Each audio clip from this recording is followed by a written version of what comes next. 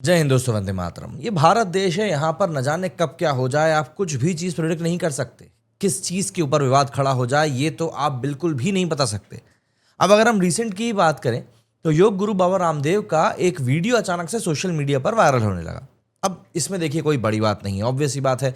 बाबा रामदेव हमारे देश के योग गुरु कम और आज की तारीख में मार्केटिंग बाबा ज़्यादा बन चुके हैं, तो उनकी वीडियो वायरल होना कोई एक बड़ी बात नहीं। यहाँ पर बाबा जो थे वो अपने पतंजलि के कुछ प्रोडक्ट्स को प्रमोट कर रहे थे। एक स्टैंडर्ड स्टफ है आज की तारीख में उनका। लेकिन इस बार उन्होंने कुछ ऐसे शब्द को वहां पर बोल दिया जिसने कि सभी लोगों के जो कान थे उनको पकड़ लिया कि यार बाबा ये क्या बोल रहे हैं। दरअसल बाबा ने यहां पर दो शब्दों का इस्तेमाल किया और उन्होंने कहा शरबत जिहाद। जी हाँ, आपने सही सुना, शरबत जिहाद। और बस ये लफ्ज सुनते ही सेक्युलर्स के नाम पर छुपे कुछ इस्लामिक कट्टरपंथियों को मिर्ची लग गई। ऑब्वियस सी बात है, लगनी भी थी।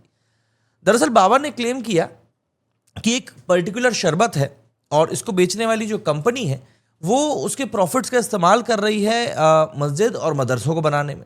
एंड नेचुरली कथित सेक्युलर जमात जो थे वो इसके ऊपर कूद के आ गए और उस शरबत को डिफेंड करने लगे पूरे साइंटिफिक एनालिसिस के साथ। मतलब कि कुछ भी यहाँ पर छोटी मोटी बात नहीं थी, पूरे के पूरे साइंटिफिक एनालिसिस लिया है और बताने लगे कि भैया कितना अमेजिंग है ये शरबत जिसका कि नाम है रूह अफ़ज़ा।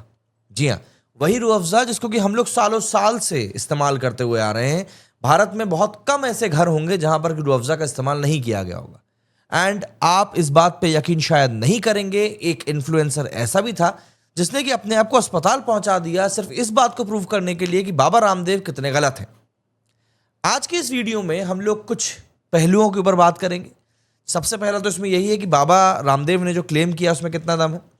इसके अलावा ये जो हॉस्पिटल वाला जो वायरल केस हुआ है उसके ऊपर बात करेंगे और कोशिश करेंगे ये जानने की रूह अफ़ज़ा का आखिर सच क्या है और उसकी कंपनी ने कहां पर क्या झूठ बोला है। तारीख थी 4 अप्रैल 2025। पतंजलि का ऑफिशियल फेसबुक पेज पर एक वीडियो अपलोड होता है। वीडियो में बाबा रामदेव पतंजलि के शरबत लाइन को प्रमोट करते हुए दिखाई देते हैं। कैप्शन में लिखा होता है, शरबत जिहाद और कोल्ड ड्रिंक के नाम पे बेच रहे टॉयलेट क्लीनर से अपने परिवार और बच्चों को बचाइए। घर लाएं सिर्फ पतंजलि के जूस और शरबत। अब देखिए ये बाबा रामदेव की बहुत पुरानी स्टाइल रही है कि उनको जब भी अपनी कोई चीज़ ऐसे मार्केट करनी होती तो उसके साथ एक बहुत ही ज़्यादा ना इमोशनल लाइन जोड़ देते हैं।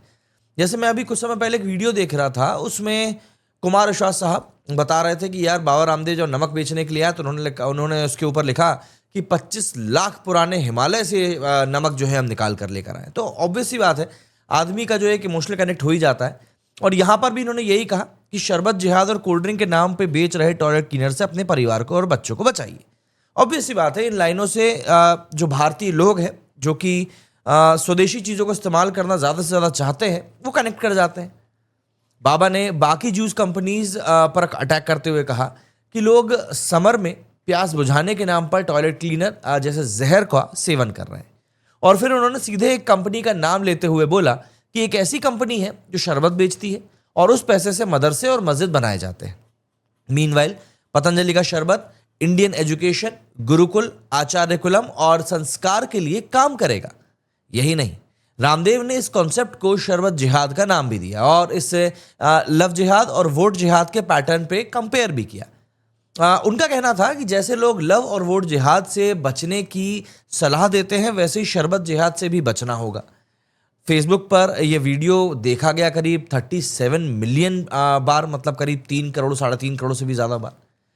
काफ़ी लोगों ने बाबा रामदेव के इस कथन का प्रेज़ किया, कहा कि भैया इतना ओपनली बोलने के लिए बहुत तारीफ़ की जानी चाहिए बाबा रामदेव की।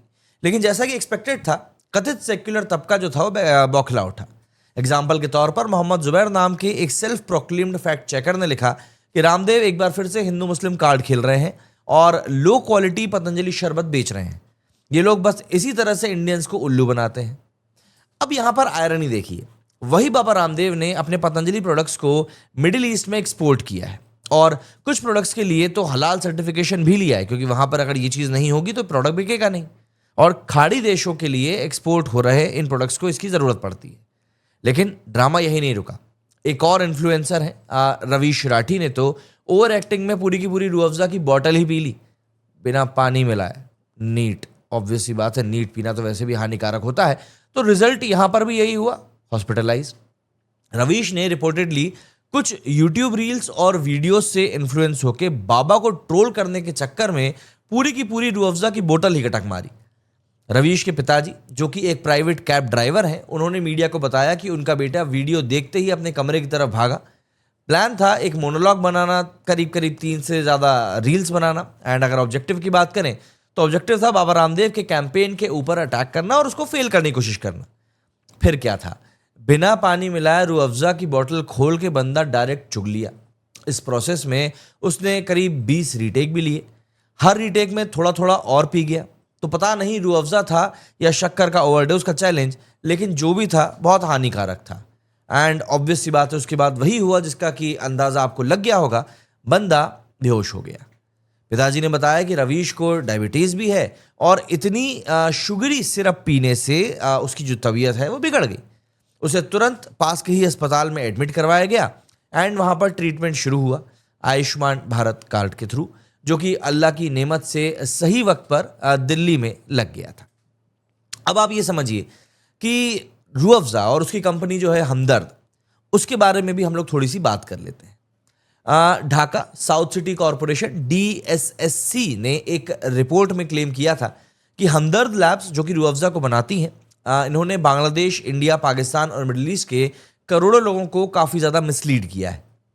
क्लेम था कि Rooh Afza is a nutritional drink जिसमें कि 13 हर्ब्स हैं, 36 जूसेस हैं और काफ़ी सारी ऐसी चीज़ें। लेकिन DSSC ने बॉटल्स मार्केट से उठाई, लैब टेस्ट करवाया और रिपोर्ट में क्लियर लिखा कि ये सब दावे पूरी तरीके से फर्जी हैं। और सिर्फ इतना ही नहीं, हेल्थ एक्सपर्ट्स भी इसी बात को कह रहे हैं कि रूह अफ़ज़ा डायबिटीज़ पेशेंट्स के लिए तो सीधे सीधे हार्मफुल है ही, लेकिन नॉर्मल लोगों को भी ये डायबिटीज़ के बिल्कुल मुहाने पर ले जाकर खड़ी करने का काम कर सकती है। कंपनी के बांग्लादेश MD डॉक्टर हकीम मोहम्मद यूसुफ हारून भैया ने एक रिटन अपॉलॉजी दी थी और एक्सेप्ट किया कि मार्केटिंग में झूठ बोला गया। मतलब आप हिपोक्रेसी देख रहे हैं, हिपोक्रेसी नहीं कहना चाहिए इसको, आप इसको सीना जोरी कह सकते हैं कि तुम माफ़ी तो मांग रहे हो, बोल भी रहे हो कि हमने झूठ बोला, लेकिन आप देखो तो आप लोगों की ज़िंदगी के साथ क्या कर रहे हो।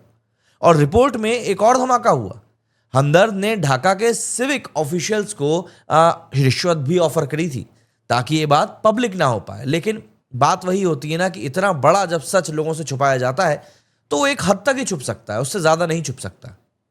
हमदर्द पर एक और एलिगेशन लगा हिंदुओं के साथ बायस होने का। दरअसल जुलाई 2022 में लाइव हिंदुस्तान की एक रिपोर्ट आई, उसमें आरोप लगे कि हरियाणा की हायरिंग पॉलिसी के बावजूद हमदर्द ने हिंदू एप्लीकेंट्स को सीधे तौर पर रिजेक्ट किया है।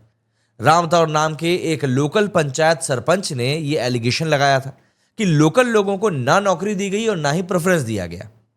तो आपने समझा इस बात को दोस्तों, चाहे बाबा रामदेव ने अपने प्रोडक्ट प्रमोशन ही क्यों ना किया हो, लेकिन जितने पॉइंट्स उन्होंने वहां पर उठाए वो हवा में नहीं थे।